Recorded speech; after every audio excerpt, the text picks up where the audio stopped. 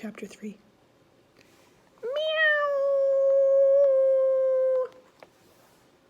A horrifying meowing filled my ears. Terrified, I scurried behind a bush. Holy cheese! This cat must be some monster! After a while, I peeked out from my hiding place. Strange, very strange, not a furry face in sight. Finally, I realized the meowing was taped. It was coming from the bell. Once again, I approached the door. It opened, as if it were magic. By now, I wasn't exactly dying to go in. In fact, you could say I was dying to scurry on out of here. But then a bolt of lightning practically took off my paws. Yikes! I didn't want to go inside. There's that lightning bolt again. But what's next? Couldn't stay outside in the storm. I practiced my deep breathing exercises. Then I tiptoed inside. Crusty cheese slices. It was so dark and spooky. Oh, how I wished I was home. I love how they do the writing in this. Look at dark and spooky. Dark and spooky. Oh, how I wished I was home. And here's a picture of Geronimo walking into that spooky castle. Ooh, I'm going to keep reading. I'm too fond of my whiskers. Chapter 4.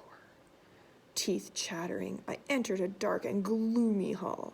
Suddenly, another bolt of lightning struck close by. The blood-red window panes glowed like the eyes of a hungry cat.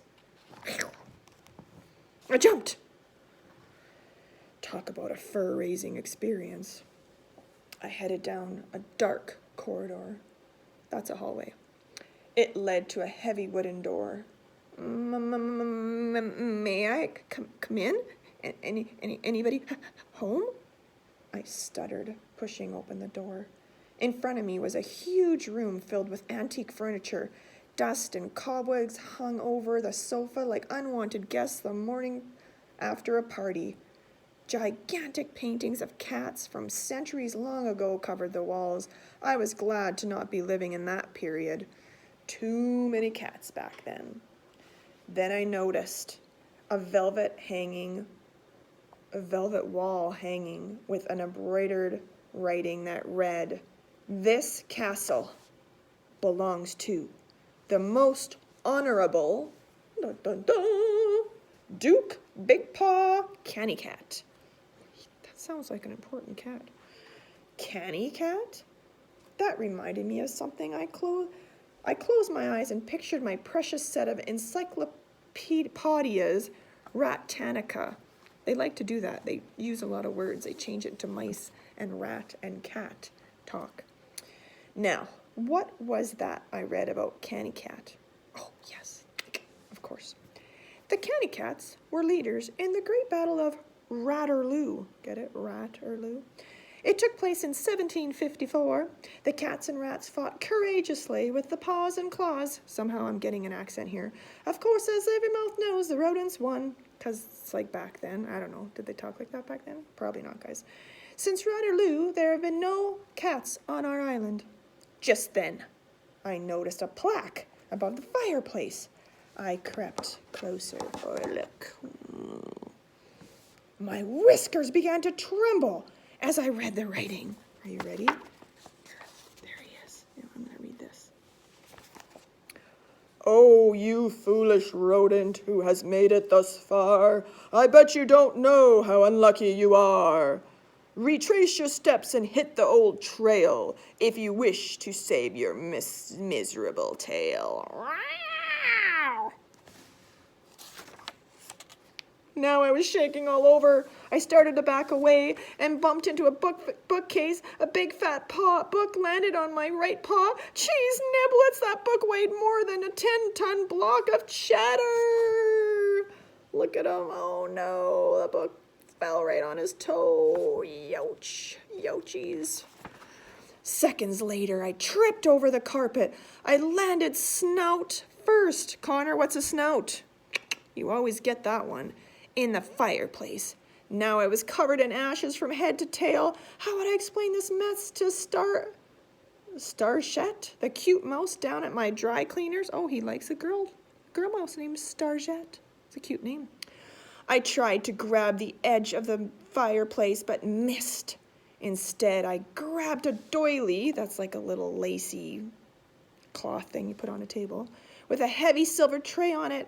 The tray bonked me on the head. Rotten rat's teeth.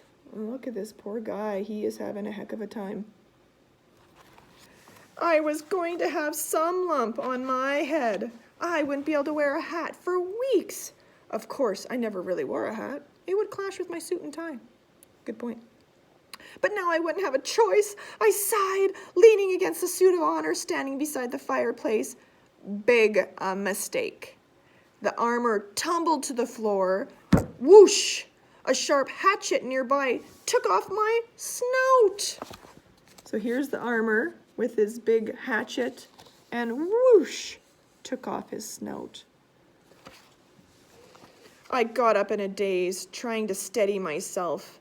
I am too fond of my whiskers. Then I noticed a mirror over the fireplace. I peered into it. In the dim light, I saw a horrifying sight. Oh my goodness, this is getting scary. A ghost with a gray snout was staring back at me. I let out an ear-splitting squeak. Who are you? What do you want? I stammered. I turned, ready to run. The ghost turned too. I nervously twirled my tail. The ghost twirled its tail too. I leaned forward and pointed at the ghost, and it pointed back at me. Ah! Oops. That's no ghost. That's me. Silly Geronimo. How could I be such a nincompoop? Oh, how I wished I was home. Look, he's looking at himself in the mirror, screaming, ah! That's Geronimo. He's a crazy guy. Oh, and that's it for Chapter 4. Stay tuned for much more. Get it? Chapter 4 and more rhyme. 4 more. Bye.